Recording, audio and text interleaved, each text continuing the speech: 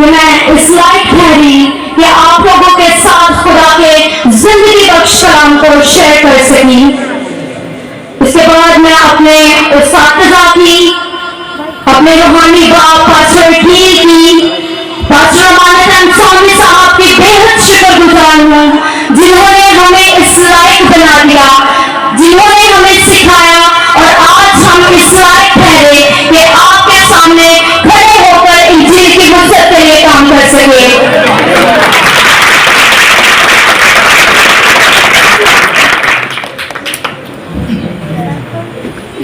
मैं खुदा की बेहद शुक्रगुजार हूँ, इसलिए भी कि हमारे नौजवान जो बुरी रविशों में हैं उनके लिए एक अजीब काम और एक ये जो यूथ फेस्टिवल है ये इनाकात किया गया कि नौजवान बेहतरी की तरफ आए। हम कलाम मुकद्दस में से हवाला पढ़ेंगे 119वां ज़बूर, उसकी 8वीं ता 16वीं आयत का मुतालिया करेंगे। 9वीं आयत से 16वीं आयत। सबने निकाल लिया है?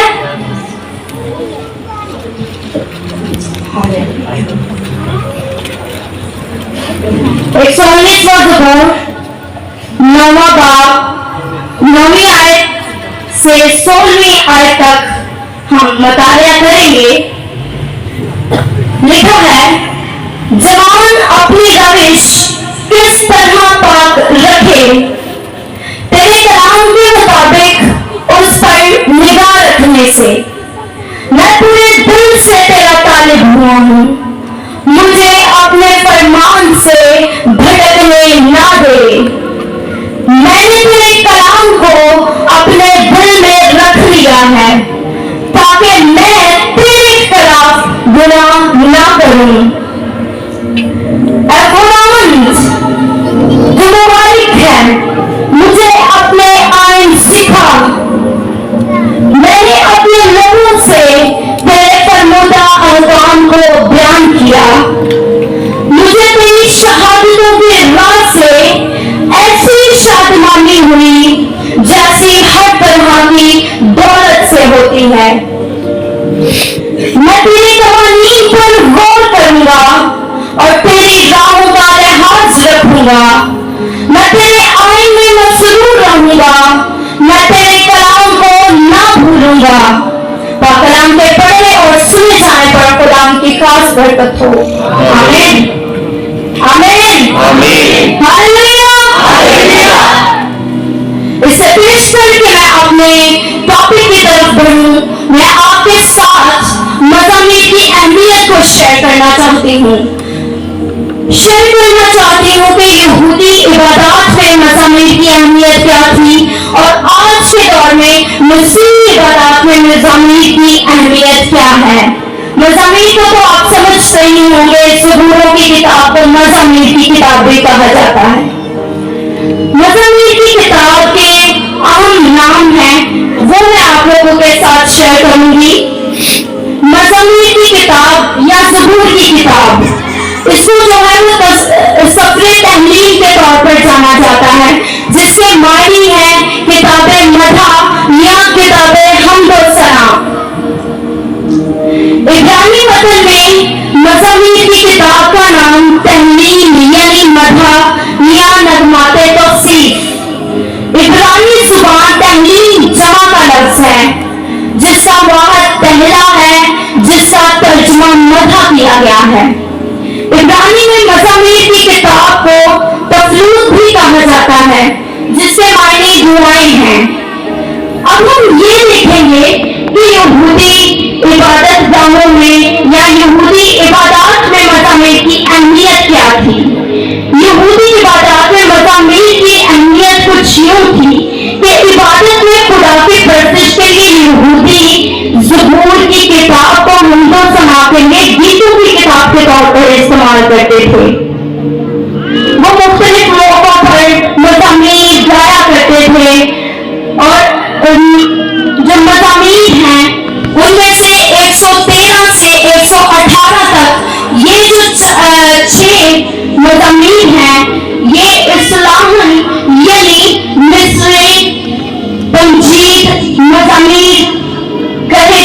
हैं। इनको इजिप्शियन हारन सांस कहा जाता है और ईदे फसा समेत ये मुख्तलिफ ईदों पर गाए जाते थे। 113 और 114 ये दो ज़बूर जो हैं ये ईदे फसा को खाने से पहले और 115, 116, 117, 118 जो है वो फसा को खाने के बाद इस्तेमाल किए जाते थे। और मुमकिन है कि यीशु मसीह ने भी अपने शिगिर्दों के साथ ऐसा ही किया होगा। क्या आपको लगता है ऐसा किया होगा? इस दस्तूर को चलाया होगा?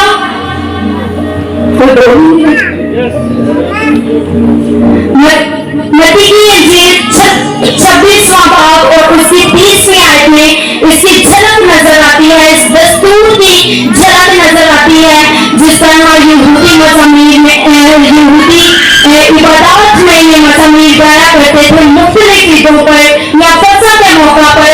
ऐसा ही यीशु मसीह ने भी किया था और इसकी झलक हमें मत्ती 26:30 में नजर आती है। चार मज़ामीर हैं 102, 120, 121 और 130 जो पूरी सतह पर रोजा रखने के वक्त और खुशहाली के खात्मे के लिए इस्तेमाल किए जाते थे। बारिश के लिए शुक्रगुजारी का जो ज़बूर था वो 136 था, उसकी तलावत की जाती थी बारिश की शुक्रगुजारी के लिए।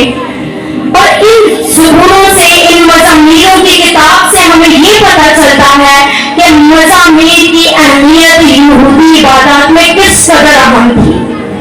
अब हम ये सीखेंगे कि मसीही इबादत में मज़ामीर की अहमियत क्या है। मज़ामीर या ज़बूर ना सिर्फ यहूदियत में या यहूदी इबादत में बहुत अहम थे और हैं, बल्कि आज के दौर में मसीहियत में भी, दौरे हाजिर में भी ये बहुत ज्यादा मकबूल है। ये जो मसीही इबादत हैं या प्रस्तुत हैं इनको संगीत के तौर पर इस्तेमाल किया जाता था। मज़ामीर जो है वो दुनिया भर में मसीही अपनी अपनी जुबानों में, अपने अपने तर्जुमात में, अपनी अपनी बोली में गाया करते थे और ये बहुत मंजूम थे। इब्तदाई मसीही ईमानदार के बारे में ये अहदी जदीद में मिलता है कि ईमानदार जो है वो नगमा बर्दाश्त जमायत है जो के हमदो सना करती है। 105:19 में इसका जिक्र मिलता है। लेकिन ये बात आपके ज़हन में छीन रहे कि मसीही कलीसिया की जो है वो दूसरे मजमुआ कलाम या हमदो सना के लिए जो ज़बूर गीत इस्तेमाल करती थी उनकी बजाय ये जो है बहुत ज्यादा मज़ामीर को इस्तेमाल किया जाता था। दूसरे गीतों के फलसफे की निस्बत किसको इस्तेमाल किया जाता था? मज़ामीर की अहमियत उस वक्त बहुत अहमियत रखती थी और आज के दौर में भी। सोनिया पानी पी सकती हूँ, आपकी इजाजत हो?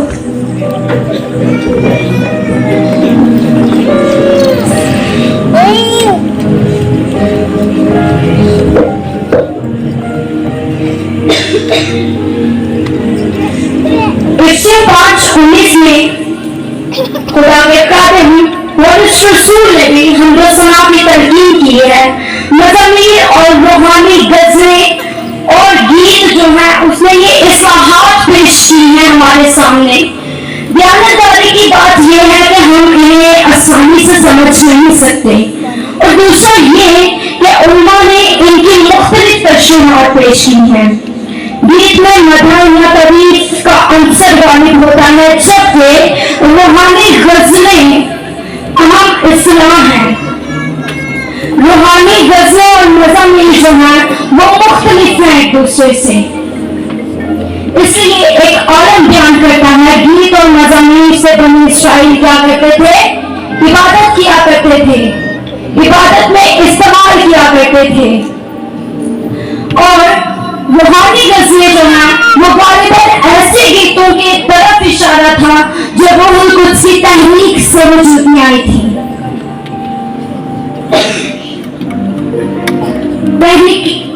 तहरीक माजी के जमाने में राइश परस्तिश के हर अंदाज से मुंफरिद नजर आ रही थी और इब्तदाई मसीही कलीसिया में गीतों और रूहानी गजलों के अलावा मज़ामीर भी बकसरत इस्तेमाल हो रहे थे।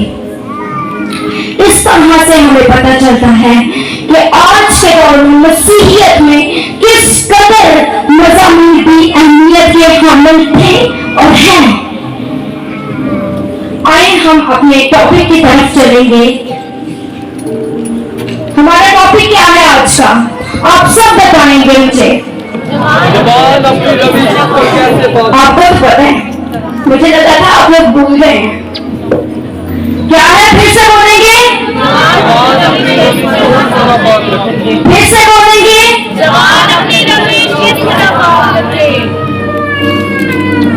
ये लफ्ज जो है, ये अल्फाज जो है, बाज लोग इसे इस तरह से समझते हैं कि जवान अपनी रविश पाक रख ही नहीं सकता, लेकिन ये सरासर गलत बात है।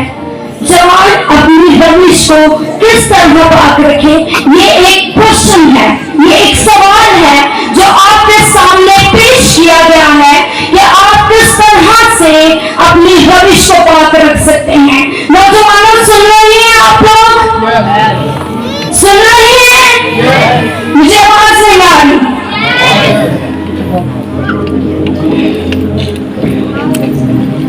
हम सीखेंगे कि जवान अपनी रविश को किस तरह पाक रखे। हालेलुया।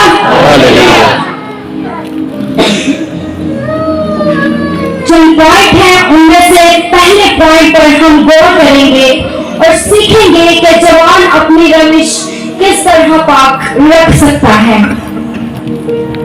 पहला पॉइंट है हमारा, तेरे कलाम के मुताबिक उस पर निगाह रखने से। सब बोलेंगे? तेरे कलाम के मुताबिक उस पर निगाह रखने से। इसमें दो बातें हमने सीखी हैं और सीखने वाले हैं।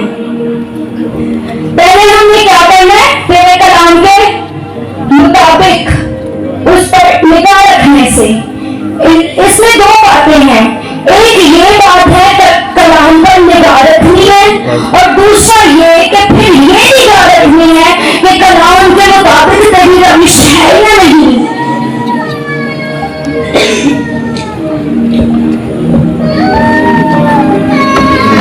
यिशुआ 1:8 में हम पढ़ते हैं, शरीयत की ये किताब तेरे मुंह से देखे तुझे दिनों बाद। फिर से बोलेंगे, ये फिर से आज ये बोलेंगे, शरीयत की ये किताब तेरे मुंह से बल्कि तुझे दिनों रात। ध्यान के लिए जो लफ्ज इब्रानी में इस्तेमाल हुआ है वो लफ्ज है हुआ है वो है मेडिटेट करना। उर्दू में इसके लिए लफ्ज इस्तेमाल हुआ है जुगाली करना। क्या हम कलाम की जुगाली कर सकते हैं? आप लोग बोलेंगे, कलाम की जुगाली कर सकते हैं हम? जी हाँ, बिल्कुल कर सकते हैं। जैसे जानवर जब अपनी खुराक लेता है तो उसे चबाता है, उसकी जुगाली करता है, उसे अपने अंदर लेकर जाता है, फिर उसे अपने मुंह में लाता है और फिर उसकी जुगाली करता है। क्या हम ऐसा करते हैं? लम्हा जिक्रिया है, क्या हम ऐसा करते हैं? बोलेंगे आप लोग, आप जवाब देंगे। क्या हमने कभी कलाम को इस तरह से बयान किया है या उसकी जुगाली की है? क्या कलाम हमारे दिलों में रहता है? आप लोग बोले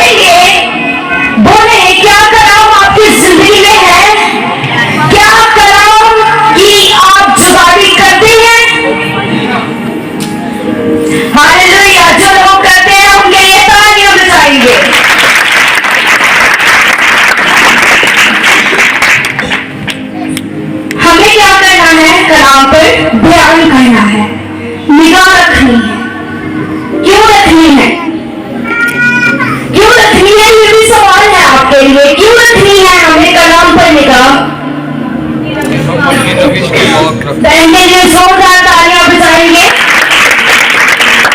कलाम पर निगाह इसलिए रखनी है ताकि हम अपनी रविश को पाक रख सकें।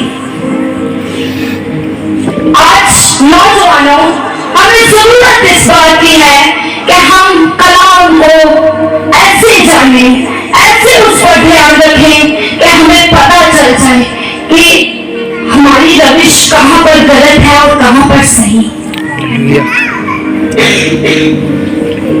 आज हम बुरे कामों में हैं, बुरी बातों में लगे हुए हैं, नशे में पड़े हुए हैं, लेकिन सोचने की बात है कि वक्त तो नजदीक आ रहा है लेकिन हमारे दिल खुदा के करीब नहीं आ रहे। आज हमें जरूरत है कि हम कलाम पर गौर करें और उसके बाद जो है अपनी रविश को देखें कि आया मेरी रविश कलाम के मुताबिक है भी या नहीं है। आज गौर करनी है आपको और देखना है हमारी रविश कलाम के मुताबिक साफ है या नहीं। हम आगे बढ़ेंगे। दूसरा पॉइंट है हमारा पूरे दिल से खुदा का तारीफ होने से। कहेंगे सब पूरे दिल से खुदा का बुलंद आवाज में कहेंगे, सब कहेंगे वेरी गुड। तारीफ का मतलब है तल्ब रखने वाला। क्या रखने वाला? तल्ब रखने वाला। हम दुनिया की चीजों के तल्ब रखते हैं। बहुत सी चीजें हैं हमारी जिंदगी में। कभी कभार हमें इंसानों की तलब होती है, कभी कभार हमें चीजों की तलब होती है, लेकिन खूबसूरत बात यह है कि हमें यीशु की तलब हो। हालेलुया।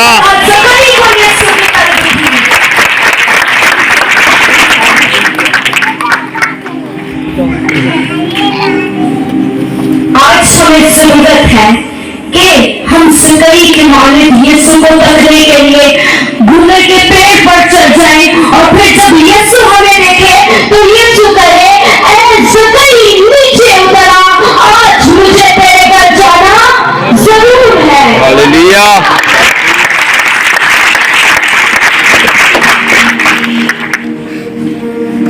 ज़िंदगी बड़ा खुश हुआ होगा कि यीशु मुझे कह रहे हैं कि चल मैं तेरे घर चलूंगा। आपको लगता है कि वो खुश हुआ होगा? जी बिल्कुल, वो खुश हुआ कि यीशु ने खुद उससे कहा कि आज मुझे तेरे घर जाना जरूर है। और जब यीशु उसके घर में चले गए, आज हमें भी जरूरत है कि हम यीशु के तारीफ हों। और जब हम यीशु के तारीफ होंगे तो यीशु खुद हमें आवाज देगा, ऐ ज़िंदगी नीचे उतर, आज मुझे तेरे घर जाना जरूर है। जब आप यीशु के तारीफ होंगे तब ये बात होगी। और जब यीशु आपके दिल की चर्बियों में आ जाएगा जिस तरह ज़िंदगी के घर में गया, तो आप जिंदगी के मालिक के खजानों के मालिक से माला माल हो जाएंगे। जब यीशु उसके घर में गया तो उसने, आप सब जानते होंगे कि क्या कहा होगा। आप जानते हैं और आप बताएंगे कि यीशु ने क्या कहा। Yes, hallelujah. हालेलुया। ये बात उस वक्त कही गई जब ज़करी ने कहा कि मैं अपनी दौलत में से आधा हिस्सा गरीबों को देता हूँ और अगर मैंने किसी से कुछ हक ले लिया है तो उसे चौगुना अदा करता हूँ। मेरे अजीजों, जो शख्स दुनियावी बातों के ख्याल में रहता है वो कभी जिंदगी के खजानों को देख नहीं सकता। इस शख्स ने दुनिया के माल के बगैर परवाह किए हुए इसने क्या किया? इसने जो मालिक जो खजानों का मालिक है उसकी तरफ निगाह की, उसकी तरफ हाथ बढ़ाया और क्या हुआ? यीशु ने कहा कि इस घर में निजात आई है। आज हमें जरूरत इस बात की है कि हम अपनी रविश को इस तरह से पाक रखें कि हम पूरे दिल से खुदा के तालिब हो जाए। क्या हो जाए? पूरे दिल से, आधे दिल से नहीं, पूरे दिल से, अपने ज़हन से, अपने दिल से, अपने बदन से मसीह का जलाल जाहिर करना है और पूरे दिल से उसका तालिब होना है। तब आपकी जिंदगी में वो होगा जो आप चाहते हैं। हालेलुया। तीसरा पॉइंट है हमारा, कलाम को अपने दिल में रखने से। सब बोलेंगे फिर से।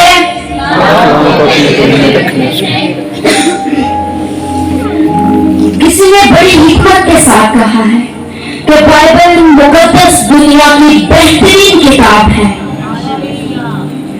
और जानते हैं उसने और क्या कहा? उसने कहा कि इस बाइबल मुकद्दस को रखने के लिए बेहतरीन जगह इंसान का दिल है। सुनिए, और क्या कहा? कहता है कि इसको दिल में रखने के लिए बेहतरीन वजह ये है कि ये इंसान को खुदा के खिलाफ गुनाह करने से बचाती है।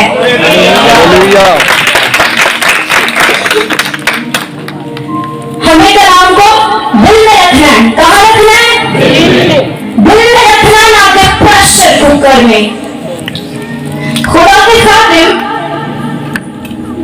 विजिट पर निकले हुए, विजिट करते करते एक बहन के घर जा पहुंचे और बहन से पूछा, बहन जी आप कलाम पढ़ती? बहन कहने लगी, जी जी मैं तो पादरी साहब हर रोज कलाम पढ़ती हूँ। पादरी साहब ने कहा, बहन जी आज हम आपकी बाइबल से हवाला पढ़ेंगे। बहन गई ढूंढने लगी है, ढूंढने लगी है, ढूंढी ही नहीं है। और आखिरकार वो कहां जाकर मिली? प्रेशर कुकर में से। गौर करें कि किस तरह के लोग पाए जाते हैं दुनिया में जो कलाम को पढ़ते नहीं, हालांकि पढ़ने के लिए लेते हैं, जो कलाम को पढ़ते नहीं और ना ही अपने दिल में रखते हैं बल्कि प्रेशर कुकर में समेट कर रख देते हैं। अगर सवाल हो कलाम आपके दिल में नहीं होगा तो आपकी जिंदगी में अंधेरा होगा, तारीकी होगी, इब्लीस होगा, बीमारियां होगी। और अगर कलाम आपकी जिंदगी में होगा तो हमेशा की जिंदगी आपकी होगी।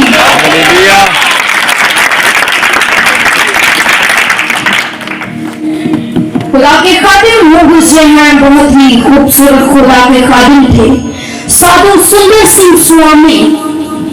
वो बताते थे कि मैं एक रेल में जा रहा था, रेलगाड़ी में। वहां पर मेरी मुलाकात एक जादूगर से हुई जो मेरे पास आकर बैठ गया और मुझसे कहने लगा कि मैं तुझ पर जादू करूंगा और तू भस्म हो जाएगा। लेकिन खुदा के खादिम ने कहा, जो तेरे दिल में आए तो कर। जब उसने किया, उसने मंत्र पढ़े, जादू करना शुरू किया, मगर उस पर कोई असर न हुआ। और फिर उस जादूगर ने खुदा के खादिम से पूछा कि तेरे इस बेल्ट में क्या है? खुदा के खादिम कहने लगे, इसमें बाइबल मुकद्दस है। जी पादरी साहब ऐसा ही है? इसमें क्या है? सब बोलेंगे क्या है? बाइबल। Very good. उसमें बाइबल मुकद्दस थी और उसका जोर नहीं चला। फिर उसने कहा, इसको निकालकर साइड पर रख दो। खुदा के खादिम ने ऐसा ही किया, बाइबल को निकालकर साइड पर रख दिया और फिर उसने मंत्र पढ़ना शुरू किए। उसने शुरू कर दिया जादू करना उन पर, लेकिन फिर भी वो नाकाम रहा। और फिर उसने कहा कि तेरे इस बैग में अब क्या है? खुदा के खादिम कहने लगे, इसमें वो डायरी है जिस पर मैं कलाम लिखता हूँ। क्या लिखता हूँ? क्या लिखता हूँ? कहता है अपना सारा बैग उठा और साइड पर रख दे। खुदा के खादिम ने ऐसा ही किया और फिर बाद में ऐसा हुआ कि वो जादू करता चला गया, मंत्र पढ़ता चला गया, लेकिन उसका कुछ असर नहीं हुआ। वो फिर से नाकाम हो गया और फिर उसने पूछा कि अब तुझ पर क्यों असर नहीं हो रहा? क्या तूने अपनी पॉकेट में कुछ रखा है? क्या तूने कुछ पहना हुआ है जिसकी बदौलत ये सब कुछ नहीं तुझ पर असर कर रहा? खुदा के खादिम ने बड़ा खूबसूरत जवाब दिया कि जो बाइबल मेरे पास लिखी पड़ी थी, जो नोट्स मेरे पास बने हुए थे कलाम के, वो तो तूने साइड पर रख दिए, लेकिन जो कलाम मेरे दिल में है उसे कैसे बाहर निकालेगा? हालेलुया।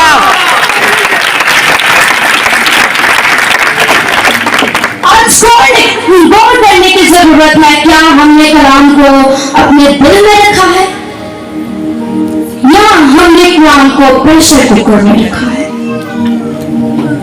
सोचने की बात है, गौर करने की बात है कि हम कलाम को कहां पर रखते हैं। आज आपको सिर्फ सिखाने नहीं आई मैं यहाँ पर, मैं चाहती हूँ कि आप लोग सीखकर इस पर अमल करें, इसे अपनी जिंदगी में लें, ताकि आपकी जिंदगियों से मसीह खुदावंद का जलाल जाहिर हो। हालेलुया। चौथा पॉइंट है हमारा, खुदा के कलाम को बयान करने से। आजकल के नौजवान चर्च लगा हुआ, चर्च नहीं जाना, चर्च के बाहर टोलियां बनाकर बैठना है, ग्रुप्स में बैठना है और बातें क्या करनी है? कलाम की एक भी बात उनके मुंह से निकलती ही नहीं है। जैसे कि कलाम में ये लिखा हो कि कलाम की कोई बात तेरे मुंह से ना निकले। ऐसे नौजवान जो हैं आजकल हमें बहुत देखने के लिए मिलते हैं। स्पेशली लड़कियों को हम नहीं कह सकते क्योंकि लड़कियां पाबंद होती हैं चर्चेस की, लेकिन कुछ लड़कियां ऐसी भी होती हैं जो बुरी रविशों में होती हैं। लेकिन भाइयों सुनो, क्योंकि जो मैंने देखा हुआ है, मैंने ज्यादातर भाइयों को देखा है जो चर्च हो रहा है, लेकिन चर्च के बाहर क्या लगा हुआ है? मजमा लगा हुआ है। कोई ताश खेल रहा है, कोई पबजी खेल रहा है, कोई कंचे खेल रहा है और कोई कुछ कर रहा है, कोई कब्रिस्तानों में मैच खेलने गया हुआ है। आज कौन करें कि आपकी जिंदगियां कैसी हैं? क्या आप इनमें से हैं? हम इधर उधर की बातें तो बहुत करते हैं, लेकिन गौर करें कि हमें खुदा के कलाम को बयान करना है। क्या करना है? बयान। कलाम को बयान करने से क्या होगा? जवान बोलेंगे। कलाम को बयान करने से क्या होगा? जवान तो बोल ही नहीं बोलेंगे, भाई पीछे से बोलेंगे। कलाम को बयान करने से क्या होगा? हमारी रवेश पाक होगी। फिर से नहीं बोले। क्या होगा कलाम को बयान करने से? हमारी रवेश पाक। Very good. कलाम में लिखा है, कोई गंदी बात तेरे मुंह से ना निकले। कर देगा नहीं। ये बात सच है कि हमारे मुंह से, आजकल के नौजवानों के मुंह से कलाम की बात की बजाय गालियां निकलेंगी, फिजूल बातें निकलेंगी जो उनकी भविष्य को पाक नहीं रख सकते। गौर करना है कि कलाम को बयान करने से क्या होता है। चौबीस पाक होती है, जो आपके अंदर होगा वही बाहर निकलेगा। जो क्या होगा आपके अंदर वो ही बाहर हो। कलाम होगा तो कलाम निकलेगा, गालियां होगी तो गालियां निकलेंगी, गंदगी होगी तो गंदगी निकलेगी। लेकिन हमें कलाम को बयान करना है, कलाम को दिल में रखेंगे तब ही कलाम को बयान कर सकेंगे। आज जरूरत इस बात की है कि कलाम को क्या करना है, दिल में रखना, बयान करना है, ताकि क्या हो, रविश पाक हो। 5वां पॉइंट है हमारा, खुदावन के कलाम में शादमान रहने से। किसमें शादमान रहने से? खुदावन के कलाम।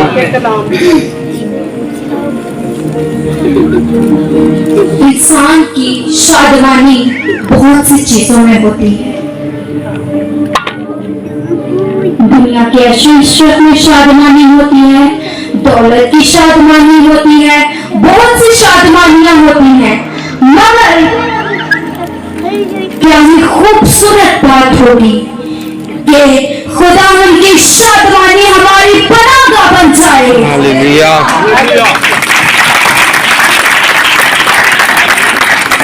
सुने, जो खुदा के लोग होते हैं वो खुदा के कलाम से शादमान होते हैं, लेकिन जो खुदा के लोग नहीं होते वो बुरी चीजों से शादमान होते हैं, नाच रंग से शादमान होते हैं और बहुत सी ऐसी चीजें हैं जिनसे वो शादमान होते हैं। लेकिन ईमानदारों, खुदावन का कलाम तेरी शादमानी है। खुदा के खादिम हैं, एक पास्टर आसिफ बॉयज प्रस्ताव भी हैं, वो कहते हैं किसी ने मेरा हाथ देखा और कहने लगा, ओए होए होए होए पादरी साहब, काटे हाथ से दौलत की कोई लकीर नहीं है। की नहीं है? दौलत की लकीर। पादरी साहब, काटे हाथ से दौलत की लकीर नहीं है।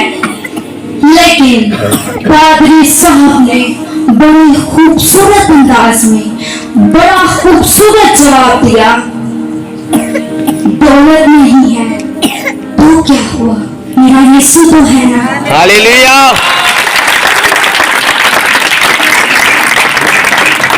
फिर उन्होंने ये गीत लिखा, इज्जत नहीं तो क्या हुआ, दौलत नहीं तो क्या हुआ, शोहरत नहीं तो क्या हुआ, मेरा यीशु मेरे साथ है। हालेलुया।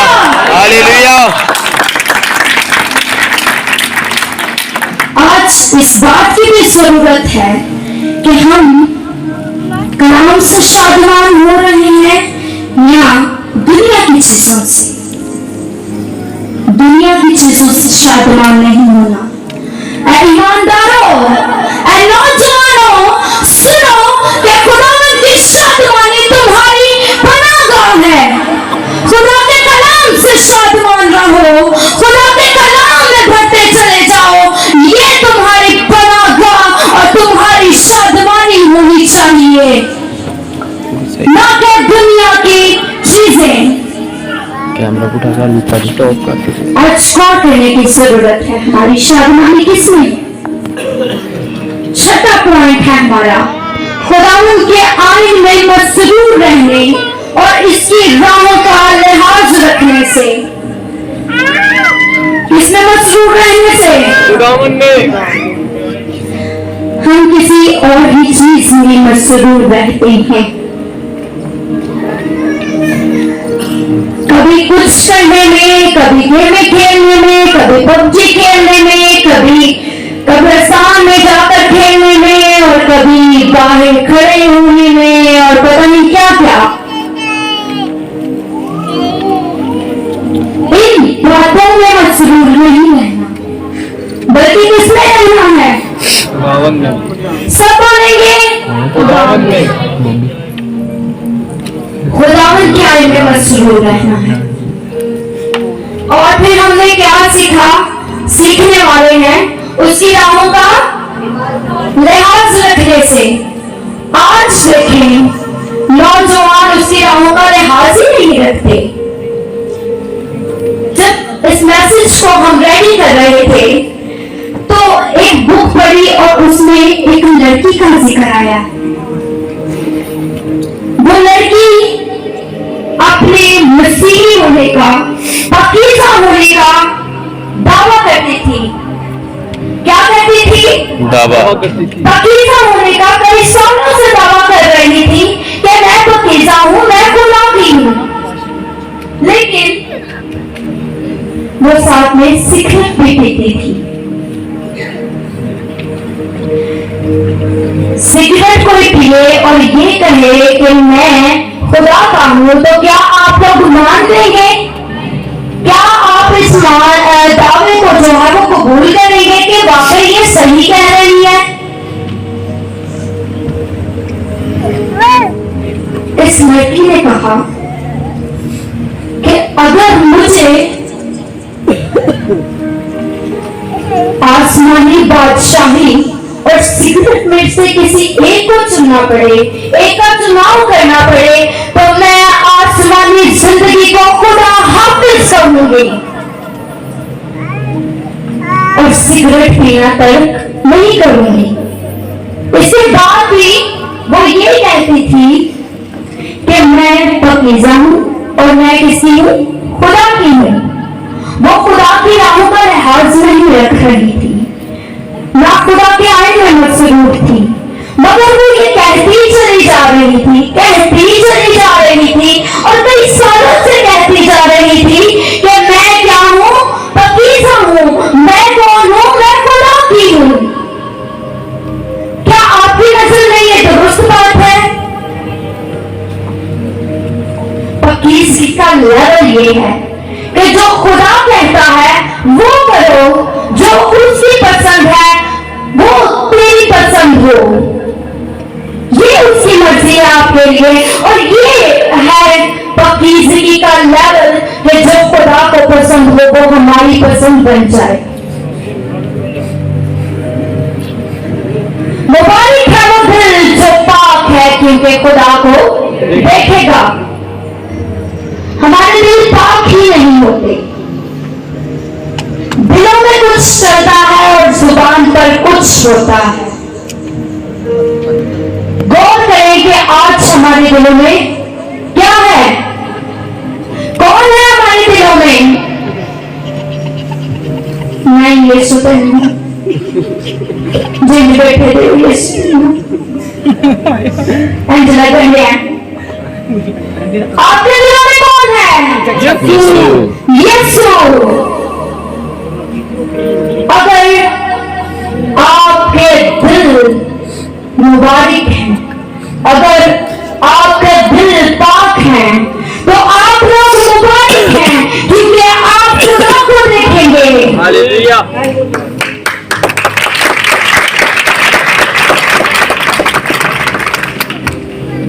और फिर कलाम में एक जगह लिखा है कि पाकीज़गी को कमाल तक पहुंचाओ। लेकिन हम जो वक्त नजदीक आ रहा है यीशु के आने का, हम और ज्यादा अपने आप को आलूदगी की तरफ राग़िब कर रहे हैं। गौर करनी है इस बात पर नौजवानों कि हमने पाकीज़गी को कहां तक पहुंचाना है। सब बोलेंगे कहां तक पहुंचाना है? आज हमें जरूरत इस बात की है कि हम खुदा के आइन में मसरूर रहें और उसकी राहों का क्या रखें? लिहाज रखें। इस लड़की की मानन नहीं जो पाकीज़ा होने का दावा तो करती थी मगर पाकीज़ा थी नहीं। हमें मुकम्मल तौर पर पाक होना है। हमें सिर्फ दावा नहीं करना बल्कि पाक होकर दिखाना है। सातवां पॉइंट है हमारा, उसके कलाम को ना भूलने से। उसके कलाम को ना भूलने से। उसके कलाम को ना भूलने से क्या होगा? उसके कलाम को न भूलने से रविश पाक होगी। हमने बहुत सी चीजें याद रखी हुई हैं, बहुत सी ऐसी चीजें जो याद रखने के काबिल नहीं होती मगर हम याद रखते हैं। किसी ने अगर कुछ कह दिया ना, ऐसा ही होता पारी साहब, किसी ने कुछ कह दिया और लोग कहते हैं मैं तेरे को बदला लैके छड़ना, इन्हें गल कही थे कही क्या कहने जावे किथे। हम दुनियावी बातों को याद रखते हैं, वो बातें जो बेमायनी बेमकसद होती हैं, लेकिन क्या ही खूबसूरत बात है कि हम कलाम को पढ़ने वाले सुनने वाले बन जाएं और उस पर अमल करने वाले बन जाएं और उसके कलाम को कभी ना भूलें। आज नौजवानों, हमें जरूरत इस बात की है कि हमें कलाम को क्या करना है, पढ़ना है, समझना है, सीखना है, उस पर अमल करना है, ताकि क्या हो, हमारी रवि पाक हो। क्या आपने सीखा कि आज हम अपनी रविश कैसे पाक रख सकते हैं? किनके लिए ये नया टॉपिक था? नौजवानों के लिए तो बिल्कुल भी नहीं था, किसी ने हाथ ही नहीं उठाया। किसी के लिए नया नहीं था, किसी ने कुछ नहीं सीखा इससे। हालेलुया, सबने बहुत कुछ सीखा। पहला पॉइंट था हमारा, खुदा के कलाम के मुताबिक उस पर निगाह रखने से जवान अपनी रविश पाक रख सकता है। दूसरा पॉइंट था, पूरे दिल से खुदा का तालिब होने से जवान अपनी रविश पाक रख सकता है। कलाम को अपने दिल में रखने से जवान क्या कर सकता है? अपनी रविश पाक कर सकता है। खुदा के कलाम को बयान करने से जवान अपनी रविश पाक रख सकता है। खुदा के कलाम में शादमान रहने से जवान अपनी रविश को, खुदा के आइन में मसरूर रहने और उसकी राहों का लिहाज रखने से जवान अपनी रविश को, जवान बोले भी तो, जवान कैसे अपनी रविश को पाक रख सकता है? खुदा के आइन में मसरूर रहने और उसकी राहों का लिहाज रखने से, उसके कलाम को ना भूलने से जवान अपनी रविश को, बोले उसके कलाम को ना भूलने से जवान अपनी रविश, हालेलुया, खुदा के जलाल के लिए जोरदार तालियां बजाएंगे।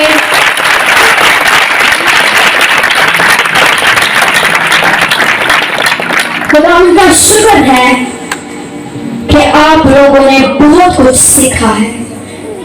ये सारा इज्जत और ऑनर मैं खुदा के नाम को देती हूँ। यकीनन आपने बरकत रिसीव की है और ये बरकत आपकी जिंदगी में कायम रहेगी। Hallelujah, hallelujah. खुदा आप सबको बरकत दे।